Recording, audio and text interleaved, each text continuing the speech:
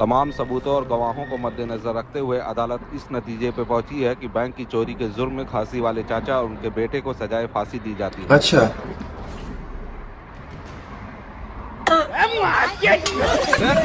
जल्लाद आ गया जल्लाद स्टार्ट हो गया था यार तो का फांसी दी बात खत्म यार।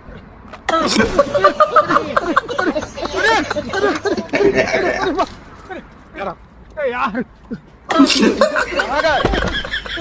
यार किसे खा है यार मिस्त्री के मस्जिद में इसको क्या हो तो रे अरे इसको थोड़ा पहले जल्लाद पे गया यार लेकिन मनवा नहीं चाहेगा हमें फंसिया तो अरे जबरदस्ती करा था। ठीक है मनुआ हो यार। अरे यार चाचा यार जल्दी से फांसी चढ़ जा यार तुम्हारी हंसी मुंह चल रही है यार। अरे रुक चढ़ाओ पहले फांसी तुमको चढ़ेगी पूरा कलाकांडी तुम्हारा है ठीक है। अरे निहाय ताज हमार खसिया हुआ खसिया चढ़ो आए नहीं लगाइए सर लगाइए लगा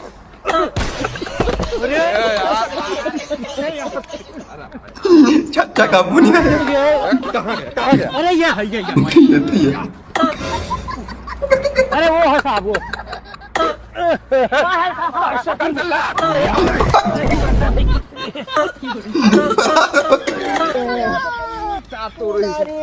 हाथ थारी बहन भी फरार हो गया।